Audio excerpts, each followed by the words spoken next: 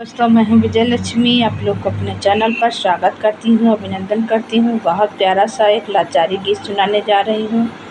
हंसी मजाक का तो फुल सपोर्ट करके लाइक कीजिएगा, सब्सक्राइब कीजिएगा, कमेंट में बताइएगा गीत कैसा लगा। आम का सीजन चल रहा तो आइए सुनाते हैं। बहुत प्यारा गीत है।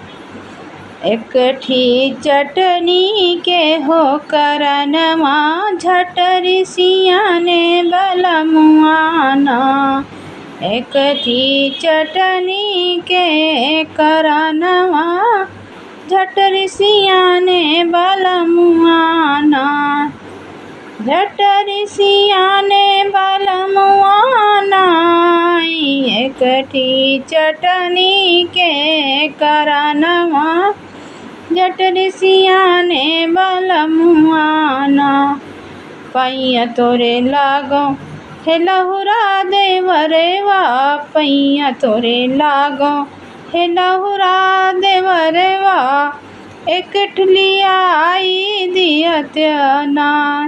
एकठी लाई दियत ना। काले मिया मवा के टिकोरवा तनी लियाई दियत ना।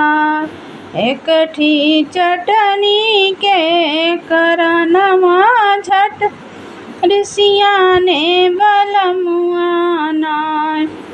पैया तोरे लागो हे छोटी नदिया। पैया तोरे लागो हे छोटी नदिया। तनी लियाई दियतियो ना। तनी लियाई दियतियो ना। लहसुन धनिया के रपतिया तनी लियाई दियतियो ना।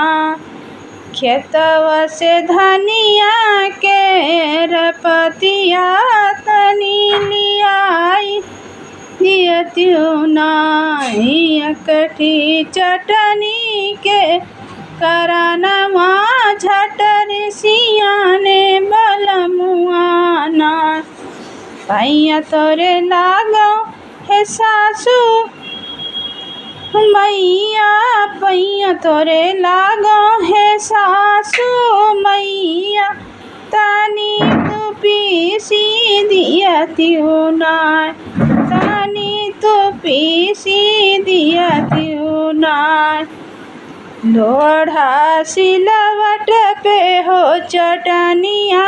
तनी तू पीसी दियतियो ना।